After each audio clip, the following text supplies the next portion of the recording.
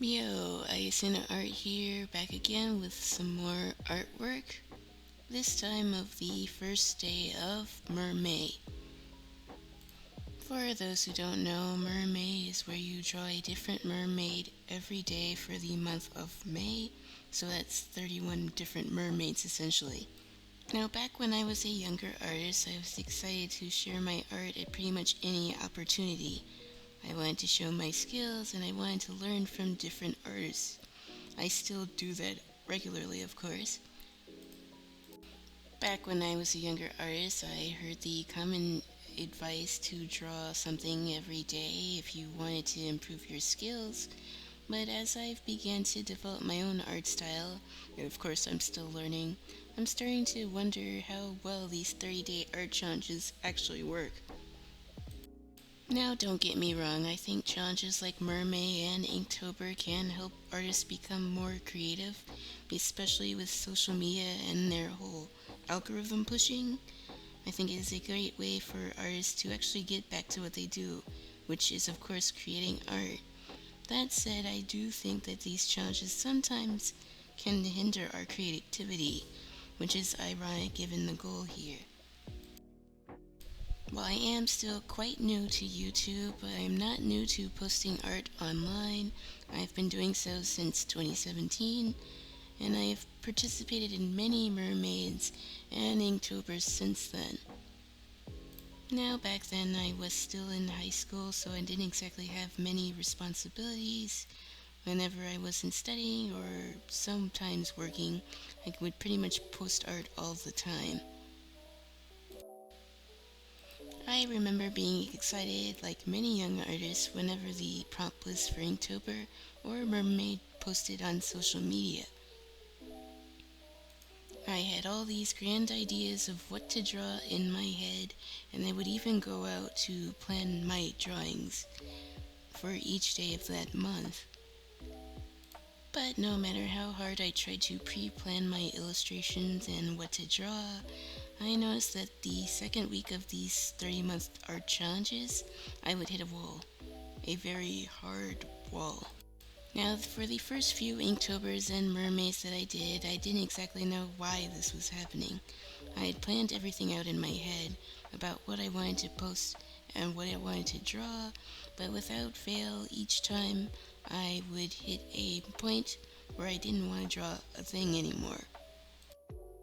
At first, I thought this was because of the prompt lists, which in most cases they're fun, but in some cases, some of the words just didn't drive with me. I thought it was a me issue then. So, in my attempt to fix this mid month burnout with art, I tried to come up with my own prompts and my own prompt lists. I would follow other people's prompt lists, but again, the same problem happened. At the time, I thought that the reason for my burnout was also due to a lack of effort. I felt like I could have pushed myself a bit harder during these challenges. I thought that if I kept going, this feeling would go away. Spoiler alert, these feelings did not go away. It seemed like the harder and harder that I pushed, the more burnt out I felt. I would complete a prompt for the day, but I wasn't exactly proud about what I posted. I would wholeheartedly admit that when I started to post art, I wasn't exactly in the best of mental states. I definitely wouldn't discount that as part of the reason as to why I was feeling burnt out back then. I figured that if I couldn't even put aside 30 minutes to finish an illustration that I had already planned, could I really call myself a real artist? Do I even deserve the chance to become a professional someday? It wasn't until I saw Mermay approaching yet again for 2024 that I started to have these thoughts. Why was I constantly getting burnt out on something that I love to do? I eat, breathe, and sleep art. I want to do this for the rest of my life, even if it's not in a professional sense. These days, I make it a point to at least try to draw something in like 5 to 10 minutes, even if it's not something very serious. So the issue definitely isn't with me wanting to draw, but why was I having such a hard time with a challenge where I do just that? Why was Inktober and Mermaid so difficult for me, Yet I could spend countless hours on doodles that didn't exactly lead me anywhere. After all, these challenges were created with creativity in mind, so why was I struggling so much? After all these years, I think I finally do have an answer to that. Well, I obviously can't speak for why each and every artist goes through burnout. I did want to explain my point of view, and who knows, maybe you might find it more useful. One of the main reasons as to why I was feeling burnt out because of these challenges was simply because I was comparing myself to other artists. And that, of course, is a cardinal sin when it comes to posting art on social media. It's a one way ticket to ruining your mental health, and it can, who knows, it may make you quit art altogether because you're living up to an unrealistic ideal based on your skill level, thinking that you're not good enough because you don't draw a certain way. A common thing that I ran into when I did these prompts is even with me planning everything out in advance, I still sometimes ran into prompts where my plans didn't exactly work out and I was a bit discouraged and not knowing what to do. I felt pressure to get the art prompt out on time and it led me to create art that I wasn't happy with. When I started putting this pressure on myself to perform, I quickly started to not have fun with the challenge anymore, and any notion of creativity sort of went out the window. It turns out that putting a piece of yourself online every day for 30 or so days is a bit stressful, even for professionals. Sometimes things just don't work out, but I used to beat myself up over it instead of just having fun, which was the whole point of the challenge. It might be rich of me to say this on a social media platform, but I think Inktober in recent years has gone a bit away from the whole creativity part. I think Mermay is also a bit guilty in this as well in these days. While I do think it is important to draw constantly if you want to see improvements, I think it also depends on how you choose to practice. Drawing every day isn't always enough to improve, and I had to learn that the hard way over many years.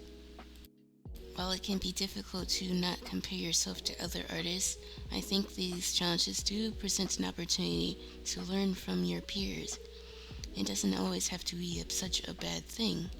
In fact, it is fun to be able to connect with different artists, as that wasn't always possible before social media. I also think that younger artists can and should set up challenges for themselves. It doesn't necessarily have to be something as time consuming as Inktober, but just having a goal and reaching that goal can go a long way with growth. When I'm scrolling on TikTok or Instagram or even other social media platforms, I see this all the time about younger artists getting discouraged when something doesn't work out. I know how awful that feeling is, but that's part of practice. Not everything will turn out the right way at first, but it is important to keep trying. The whole point of art is to experiment and try things you wouldn't normally feel comfortable with drawing. That said, it should still be a fun process from start to finish, even if things don't always work out. Another little tip that I have is that not every artwork needs to be posted on social media. It is okay to draw for yourself without the worrying if you're gonna be well perceived or not. I think this is another rut that I fell into when I was younger, and something else that I see a lot on social media. If you fall into the trap of thinking that you must post something every day for Inktober or Mermay, of course you're gonna burn yourself out more likely than not. You're putting a piece of yourself out there every day for a whole month, and for a lot of people that is stressful, whether you're starting out or someone more established. Sometimes burnout happens, but that's also okay. I think knowing how to deal with that will go a long way, not just in art, but in life in general. I'm still learning a lot of stuff. I recently started this YouTube channel where I hope to go quite far in my journey here. I'm not sure what it will lead, but I'm excited to try new things.